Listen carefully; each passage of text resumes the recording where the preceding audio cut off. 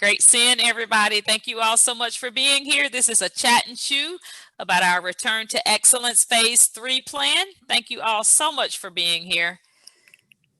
And again, we are recording this and we will also be live streaming to Facebook. I know some of you have already sent questions in. Some of your questions may be answered during our presentation, but we do encourage you to use the chat and the Facebook comment section as well. And we will answer questions tonight, and any that we don't get to, we will absolutely be sure to add them to our FAQs and make sure that we get answers to you about any questions that we're not able to address today. So thank you all so much. Come on in, everybody. It's great seeing everybody. I love some cameras on. I mean, I see some pretty pictures, but I would love to see some cameras on. Hey, Miss Hester, it's good to see you. Hey, Tam One, Miss Nelson. It's so great to see you too. Hey, Miss Taya, so good to see you. Thank you for joining us. Miss Pritchett, thank you for joining us. We appreciate you all so much. Hey, Miss Callens. Thank you. Hey there. Thank you all so much for joining us. We are so grateful for you taking the time out to join us. This is a chat and chew, and it is regarding our Phase 3 reopening plan. And we're super excited to be able to share. Courtney, are we about ready? We are ready. I know we're recording already, but we are also going to live stream to Facebook. And I just let the last few people in from our waiting room, and I'm about to share to Facebook. All right. Getting ready to live stream to Facebook as well as recording this session. Again, I'm Dr. Avis Williams, your superintendent for Team Selma. Super excited to be able to meet with you all this evening, and just want to share with everyone about our Phase 3 Return to Excellence reopening plan. And I know many of you have probably heard some parts of it. Maybe you've heard the whole plan, but tonight I definitely want to be able to share that whole plan and to answer some of your questions. And I mentioned earlier that our goal is to answer all of your questions. And if we're not able to do them tonight, then we will absolutely be sure that we are able to answer your questions in the very near future. So thank you all so much for being here. I'm going to go ahead and share my screen because I do want to be able to share just a brief presentation with you all that I think will be beneficial in terms of being able to relay the information that I want to share. So again, this is our... We are live on Facebook, guys, streaming live on Facebook. So, hey, Facebook family, thank you everybody for being here. Again, this is our Return to Excellence Chat and Chew. And our purpose tonight is to be able to inform our families and community about our Return to Excellence plan. I'm Dr. Avis Williams, the superintendent for Selma City Schools. Got Courtney Washington here with me, and a good number of Team Selma here. And I'm so excited to see everybody, and really grateful that you're taking the time to be with us this evening. So our purpose today is really just so that we can give you some information about our Return to Excellence and what returning to face-to-face instruction will look like for Team Selma. So thank you all once again for being here. Always want to share a bit about Team Selma. Our mission is, of course, to provide a safe and supportive teaching and learning environment. And our vision is always to be documented as a model school district. And we want our scholars to be empowered through academic excellence to achieve success throughout their life. I love our theme. Our theme is one team, one voice, committed to excellence. And the thing I love about our theme is the fact that everybody that's on this call is part of that team. And we appreciate all of you for your support and for being a part of Team Selma. These are our core values. We want to keep students first. And as I share this information with you this evening, it's about keeping students first and what our scholars need to be successful. Teamwork just means we work together. You know, we're doing this collaboratively. We're making sure that we're communicating. Excellence, because our scholars deserve our very best, so we're going to give them our very best. And of course, joy is my favorite, and that just simply means that we celebrate excellence excellence. We celebrate and value our team members and make sure that we do that consistently. And equity just simply means all. We are working to remove barriers and to ensure that we're giving our scholars what they need in order to be successful through school and beyond. And we do that through integrity because we do the right thing because it's the right thing to do. Now, let's dive right in. Let's talk about COVID-19. Let me just say, first of all, y'all, this has been a hard year for everybody. I want to commend our teachers and thank our teachers so much for their perseverance, for their creativity, and just for staying the course with us. You know, early in the pandemic, I said a lot that, you know, we've never done this before. No one has ever done what we're trying to do before. And it was true at that time. The good thing about where we are right now is reopening schools is something that other school districts have done, you know, and in fact, we're one of the very few in the state that hasn't done it yet. And so I do feel very optimistic as we look at our data and knowing that there are some blueprints of what this looks like because it's being done all across the state and all across the country. Now, the data within our area has improved. It doesn't mean the cases are completely gone away. Within Selma City Schools, we've had very few cases in the last month, and I do think that we will continue that trajectory, especially as we continue to allow for vaccines to be readily available. Our team members have been or have had the opportunity to be vaccinated, and I do think that those vaccines will make a huge difference in ensuring that that data continues to go in the right direction. It does not mean that the pandemic is over. Let me be real clear about that. But the data is moving in the right direction at this point. And that data is important for us to make decisions about reopening schools and about how we reopen schools. We will continue with best practices, you know, still using those CDC guidelines and those mitigation strategies that include wearing face masks, include washing our hands regularly, social distancing where it's appropriate, and just making sure that we keep our facilities safe and healthy by cleaning them regularly. We are also going to continue to listen to and address the concerns that we hear from our team members as well as from the community at large. The main thing that we're going to keep doing, though, is being dope. We're going to keep doing our part every day. And it's a campaign that we started several months ago. And although I believe firmly that we are able to start seeing the light at the end of the tunnel, we are starting to see things move in a positive direction. But y'all, it's not over yet. We have got to remain vigilant and we have got to continue doing our part every day. So be dope. And those are some important aspects of us being able to move forward and especially to get back to some sense of normalcy. Now, I'm going to address some of what our Return to Excellence plan includes, and then I've got some pictures that I will show you, and then, of course, we will reserve some time to answer any questions that you all have. Now, employee vaccinations have been offered. All of our employees have had the opportunity to take the Moderna, which is the 2 vaccination shot. And it was about 4 weeks ago that we had the opportunity to do the first one. And so this week was the second one.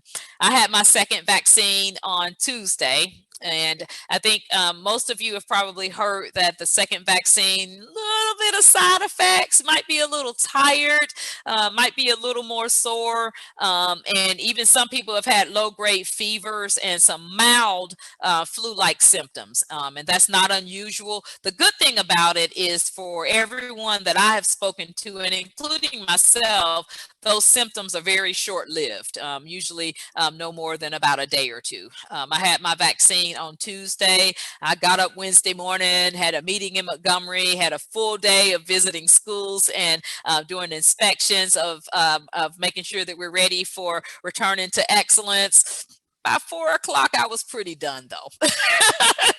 And so, you know, I felt a little bit fatigued by the end of the day, got a good night's sleep last night and was able to get up early this morning and get my work in and out, like my workout in like always, and felt fine. So I'm super excited that our employees are able to get those vaccines. And even with the minor side effects, I do believe that it gives us a level of confidence and optimism about moving forward. Now, our schools and offices are reopening on Monday, March 15th, and that's when our expectation is that everyone will be back in place. And we will use that week to continue teaching, of course, because our scholars will be continuing with remote learning, but also making sure that our buildings are prepared because our scholars will return on March 29th. Now, we do have spring break in between that. So the week of March 22nd is spring break. And so we encourage everyone, please be dope, doing our part every day during spring break, because what happens during those times can really affect the trajectory of how we're able to move forward. But our expectation is that on March 29th, which is a Monday, we will begin 5 days of instruction, face-to-face or virtual if you choose. And that face-to-face instruction will be during the regular school hours, which begins around 8 o'clock for most schools. And check with your child's school for the best information, but our school days are typically about 8 until 2:30. And we do want to make sure that families understand that we will continue to offer full virtual learning also. And you should have been contacted by your child's school just to find out, do you want to come back full-time face-to-face, or do you want to remain virtual? And we do need that information for planning purposes. Now, with our face-to-face instruction, masks are required for all. Our board did approve a mask policy. And so although the governor's order will end on April 9th, we will continue requiring masks until it is so stated by the board that we don't need to require masks. So for the immediate future, we will absolutely require masks, and that will be for our scholars as well as our teachers and staff members and any visitors that enter our school. We'll have extra masks. So if you leave home, I've done this a time or two, leave home, it's like, oh my gosh, shoot, I forgot my mask. We'll have extra masks for you if you need one. But they will be required upon entering our buildings. And we've got some robust learning planned during this spring semester, but we also know that our scholars need a little bit more. And so we're really excited about starting summer learning beginning on June 7th. And I'm just giving you all that data as a preview. We will have face-to-face as well as virtual options for summer learning. And once we're back in school on March 29th, within a couple of weeks of that time frame, families will get more information about that. Now, if you choose virtual learning, your scholar will still need to come to school face-to-face for testing. Spring testing must be done face-to-face, and that testing begins on April 12th. And so again, your child's teachers or administrators will be in touch with you about what that will look like and scheduling a time for testing if you choose to remain virtual. But we look forward to seeing all of our babies at some point during the course of these next few weeks, whether it's during our full face-to-face learning or if they are virtual and just come for testing. We will work with you and make sure that you have the information that you need. Now, I want to share some pictures with you all just so you can see a bit of what we have in store for our scholars as they return to school. Safety and health is our top priority, and it will remain our top priority. So making sure that all of our desks have desk shields and they're spaced out as much as possible. Even for centers that they are protected. And of course, our scholars in the lower grades will have masks, and they will also have face shields for grades kindergarten through second grade. Face shields will also be provided for our youngest scholars. And these are just some examples of what that looks like. In some classes, we will have more scholars than others, just depending on how many of our scholars opt in for the virtual learning. Now, I mentioned virtual learning before. I do want to clarify that we have recommendations for virtual learning, and that recommendation is that your scholar is in good standing academically as well as from an attendance standpoint. So a B or above, and not at a level where truancy is a concern. Now, if your scholar does not fit that criteria, then we'll have a letter that you will have to sign. So again, asking that families who opt for virtual learning have scholars that are thriving, that are making B's or above and have been coming to school consistently. If that's not the case with your scholar and you still want to remain virtual, then we will have a letter that you will have to sign, just indicating that you understand our concerns about virtual learning when that criteria is not met. And again, your child's school will be able to provide that information. Every school has isolation rooms, and these isolation rooms are housed in our nurses areas, and our nurses have been amazing in making sure that we're understanding the criteria and following the guidelines of the CDC as well as the Alabama Department of Public Health, and just making sure that those rooms are equipped with space that is conducive to preventing the spread of COVID-19, as well as the wellness pieces where hands can be washed and sanitation can take place. We also have a lot of cleaning supplies and those personal protective equipment, such as face masks. All of our schools are very well equipped. Now, you will find that the water fountains in schools have been covered and turned off. We will provide bottled water for scholars who want bottled water, but our water fountains will be turned off just for safety, just as one more space that we don't have to worry about germs being passed along. But we do have plenty of supplies and safety measures in place, and a plan in place, protocols in place to ensure that cleaning is done regularly. We have signage that's placed in all of our learning spaces and all of our buildings that indicate the social distancing, that masks need to be worn, and also barriers in place for our office staff so that they are protected as well. And that picture in the bottom corner, the bottom right corner, is the care package, so to speak, that we will provide all of our teachers so that they have personal materials to care for their personal space and to keep their personal space clean as well. Now, that's just an overview, and I've been talking for a long time, so I need a sip of water. And I'm going to pitch it to Courtney Washington, our amazing community engagement specialist, to help see if we can facilitate any questions. And, some of you may have had questions that may have been answered through the presentation, but if not, then we definitely want to take about 10 or 15 minutes to address any questions that you may have. Yes, so now is the time to pose your questions. You can leave them in the chat and I can check your questions in the chat, or you can raise your hand, and once I see it, I can call on you for you to speak directly with Dr. Williams. We did have one question submitted, Dr. Williams, earlier before the chat, and this was regarding uniforms. So what will be the uniform policy for our scholars once they return? Yes, that's a great question. So we are relaxing, really doing away with the uniform policy for the remainder of the year, and schools will communicate our dress code policies next week. And the dress code will, require students to come to school dressed and ready to learn. And we will share that information next week.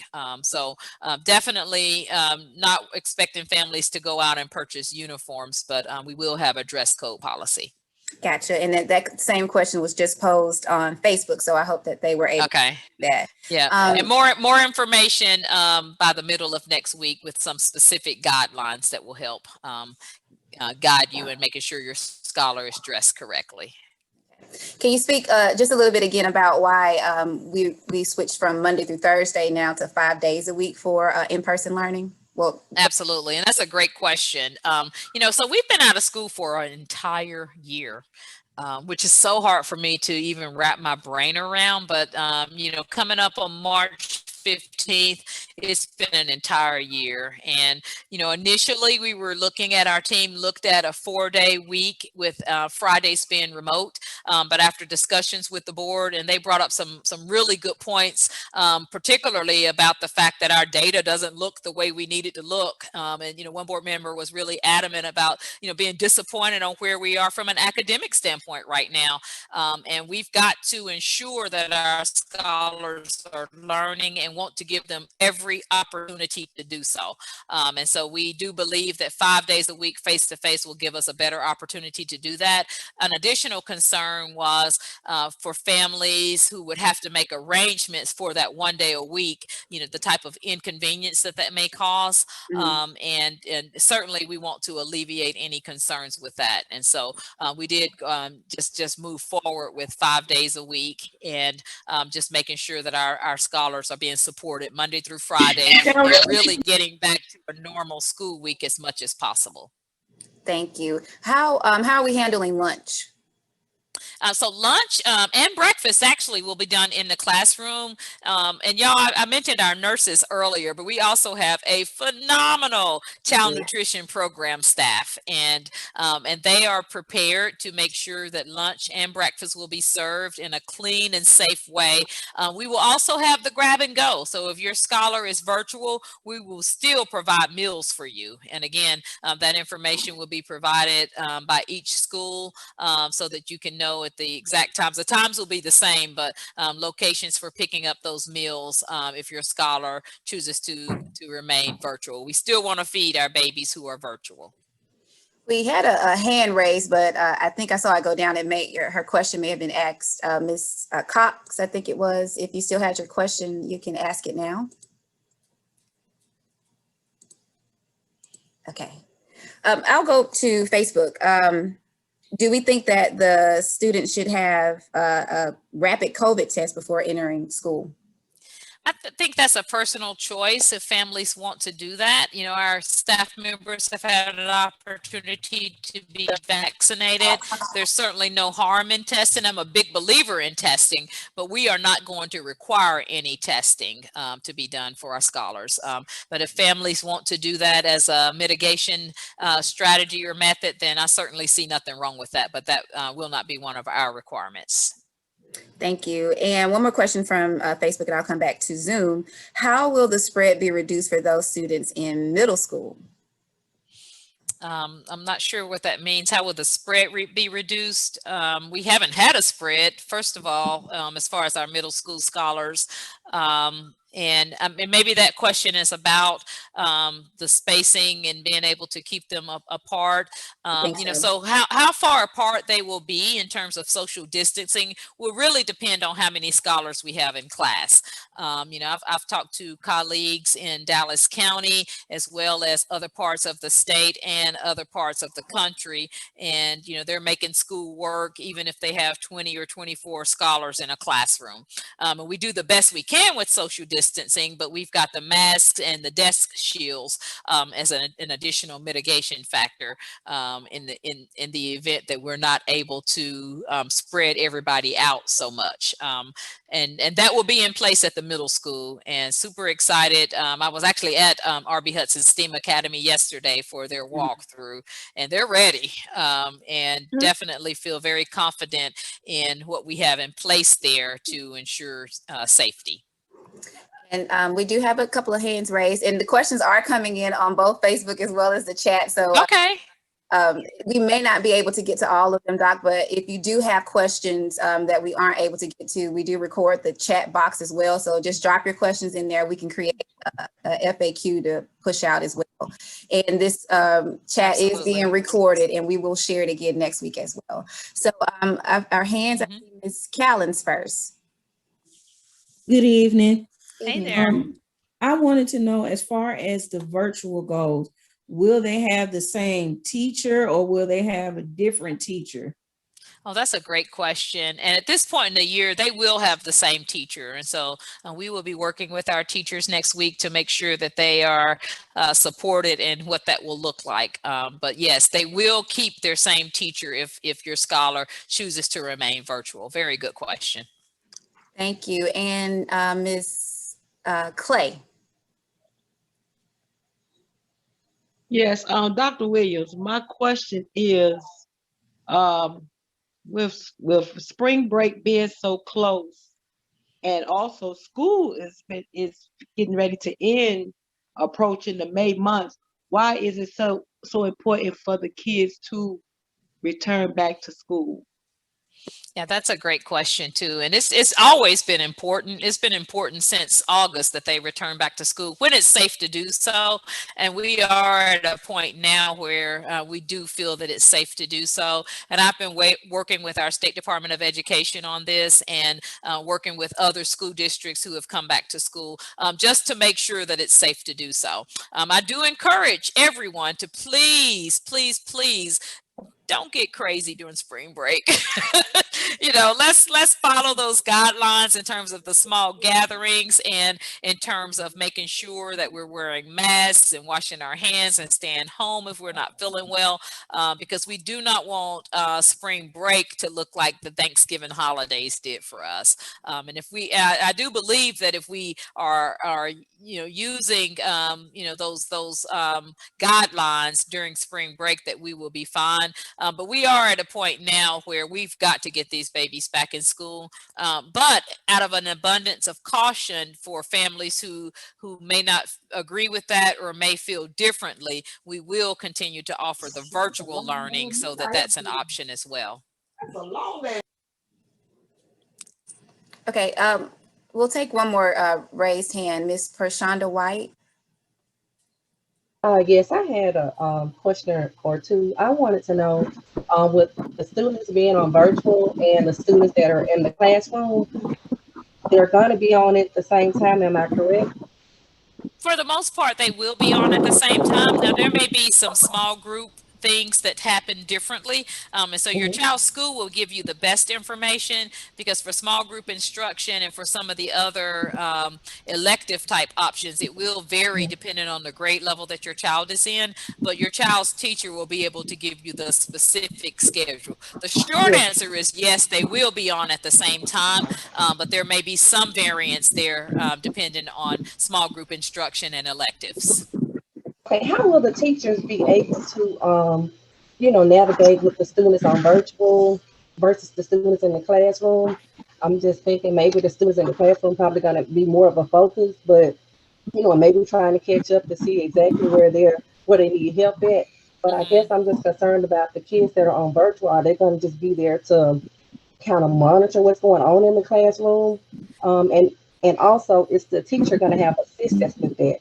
Because like when they're on virtual, they need they need attention as well. So I was just kind of concerned about the focus Mhm. on virtual versus the classroom. Thank you. Yeah, and that's a great question. And so the teacher will be responsible for their virtual babies as well as the scholars that are face to face, and they will be on their computers. The scholars in the classrooms will be on their computers as well in terms of engaging with the assignments and uploading activities and that type of thing.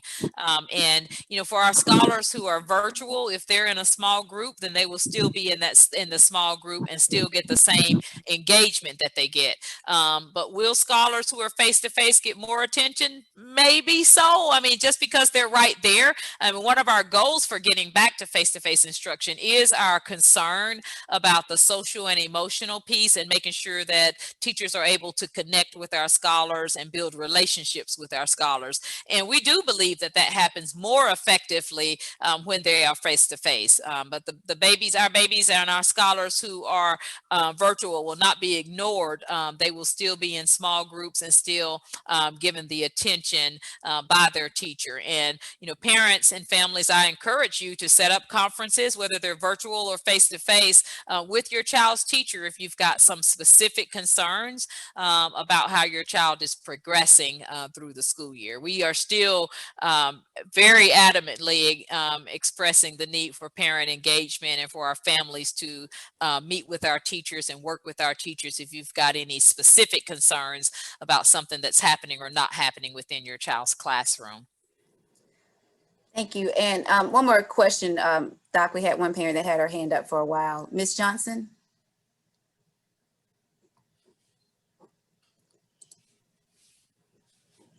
Is it Antoinette Johnson? I think you're muted if it's Antoinette.